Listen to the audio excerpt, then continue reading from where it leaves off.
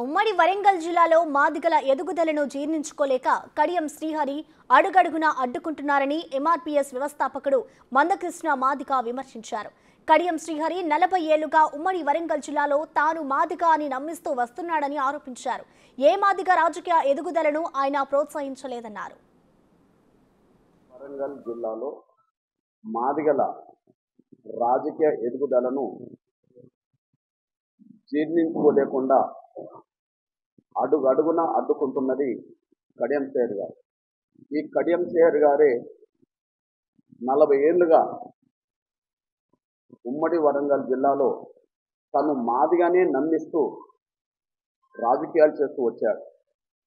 మాదిగల్లో ఒక ఉపకులానికి సంబంధించిన అతి తక్కువ జనాభాకు సంబంధించిన బైండ్ల సామర్థ్య వర్గానికి సంబంధించిన వ్యక్తి అయినా ఆయన రాజకీయ ఎదుగుదలకు తను మాదిగనని గతంలో పదే పదే చెప్పుకుంటూ పోవడమే ఆయన ఎదుగుదలకు మాదిగ కులాన్ని ఉపయోగించుకున్నాడు అనే విషయం స్పష్టంగా రుజువవుతుంది.